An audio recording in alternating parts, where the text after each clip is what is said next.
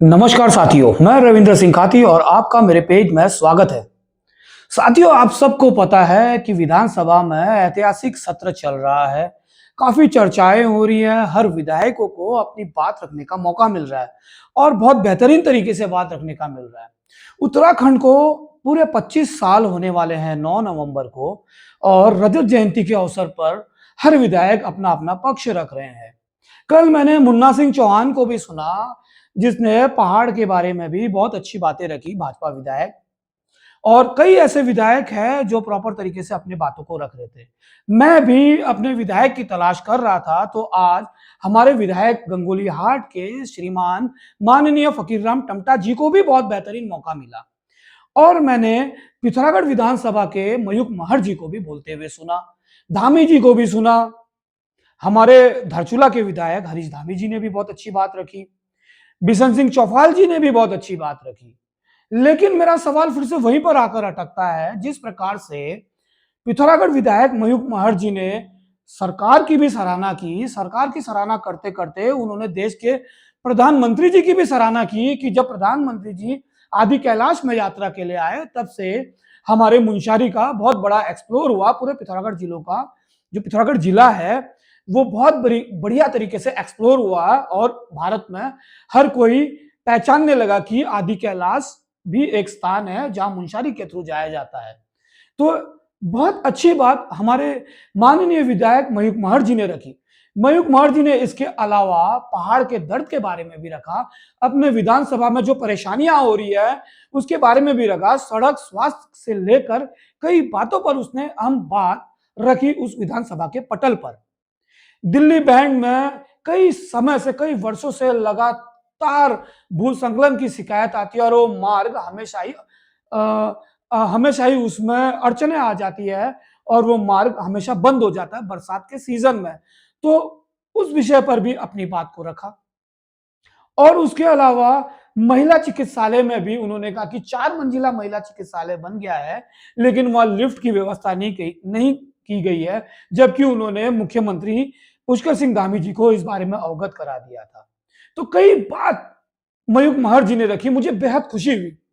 हरीश धामी ने भी इसी क्रम में अपने विधानसभा को लेकर, सड़कों को लेकर कई बात रखी कि कई जगह पर सड़क की व्यवस्था नहीं है और कई सड़क है तो वहां पर गड्ढे ही गड्ढे हैं जिनकी हालात बहुत खराब है। बरसात में बहुत ही दयनीय स्थिति हो जाती है। बहुत अच्छा लगा उनकी बातों को सुनकर। उन्होंने पहाड़ के दर्द के बारे में बहुत बढ़िया तरीके से अपनी बात को रखा, क्योंकि 25 साल में क्या हुआ क्या नहीं हुआ इस विषय पर विधानसभा के पटल में अहम चर्चा हो रही है।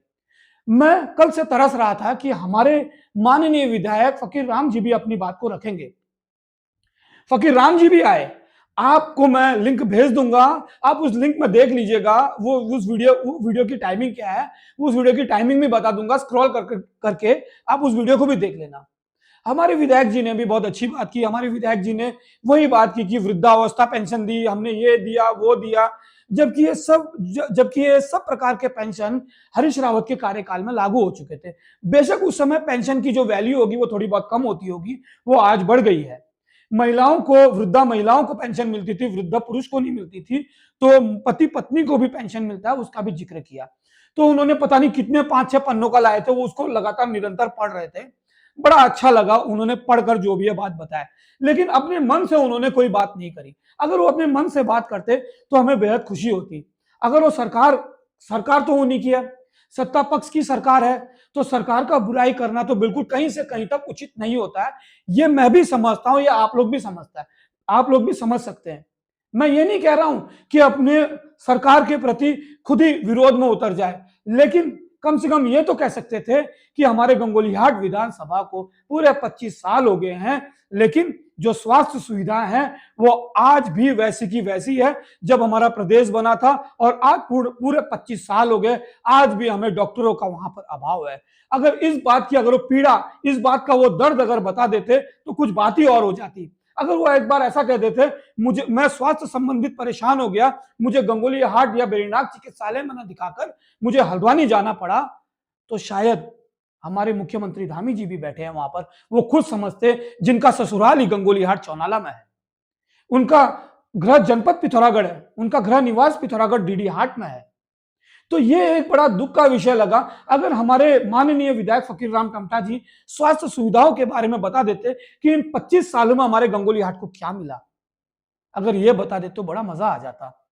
मयूख महर जी ने उसके उलट बताया कि हमने ये विकास कार्य किए, हमने वो विकास कार्य किए, हमने पेयजल की जो समस्या थी पिथौरागढ़ में, हमने उसकी आपूर्ति को पूर्ण रूप से ठीक किया। लेकिन हमारे विधायक जी ने विकास कार्य के एक भी ब्यौरा नहीं दिया। आखिर कम से कम ये तो बता देते कि हमारे विधानसभा में ये कार्य हुआ, ये कार्य नहीं हुआ। क्योंकि एक बहुत सुनहरा अवसर मिला था हमारे क्षेत्र के बारे में बताने के लिए कि भारतीय जनता पार्टी ने हमारे गंगोली हाट विधानसभा को आखिर क्या दिया, क्या डेवलपमेंट के नाम पर क्या दिया, ताकि हमें भी तो पता चलता। क्योंकि मेरी क्लोज आई बिल्कुल थी कि हमारे गंगोली हाट की विधानसभा के जो विधायक जी कब आएंगे और कब क्या बोलेंगे, मैं उनको जानना चाह रहा था। लेकिन उन्होंने वही 4-5 पन्ने पढ़े थे, वही रटे रटाई बोले। कुछ एक विधायक भी वही बोलते रहे, हमने ये किया, हमने वो किया, हमने किसानों को पेंशन दी जो कि केंद्र से मंजूर है, वो जो सम्मान निधि है, सम्मान निधि के बारे में बात करने मेरे। लेकिन उन्होंने जो दर्द है गंगोली हाट का, उसके बारे में एक जगह जिक्र नहीं किया। ये बहुत ही दुख हुआ कि 25 साल में हमारे उत्तराखंड ने क्या खोया है, क्या पाया है। कम से कम आज बहुत सुनहरा मौका था ये बात बताने का। इसको हम विरोध में तो बिल्कुल भी नहीं लेते, नहीं सत्ता पक्ष के, खुद सत्ता पक्ष के माननीय मुख्यमंत्री जी भी हैं, वो भी इस बात को समझते। वास्तव में हमारा पहाड़ का दर्द केवल स्वास्थ्य, शिक्षा और प्रॉपर इंफ्रास्ट्रक्चर है, जो हमें आज के तारीख में अभी भी हम वंचित हैं। और पलायन तब तक होगा जब तक बेहतर स्वास्थ्य सुविधा, बेहतर सड़कें और बेहतर शिक्षा जब तक नहीं मिलेगी। ये पलायन रुकने वाला नहीं है साथियों।